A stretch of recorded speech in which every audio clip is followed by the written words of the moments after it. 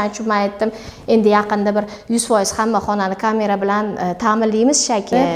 Qo'ymasa yoki shamollash ustiga qo'ysa qanaqa asoratli chaqirishini noto'g'ri qilibsizlar deb o'tib ketdim. Endi 3 oy bo'ldi bu narsaga. Keyin vaqt o'tdi, mana 3 oydan keyin o'sha bemor qaytib kelgan.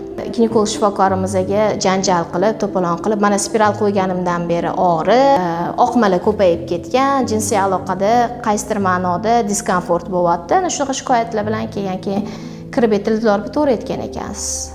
O'zimni ayblayapti. Siz aytmagansiz deb turibdi u bemor.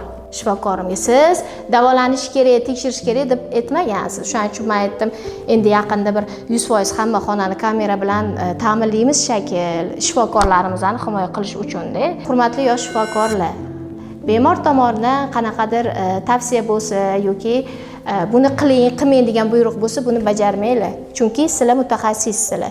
Sizlar bilasizlar, vaqti kelib oddiygina bitta spiralni kuchli shamollash, eroziyani ustiga qo'yib qo'ygandan keyin qanaqa asoratli kelib chiqishi mumkin.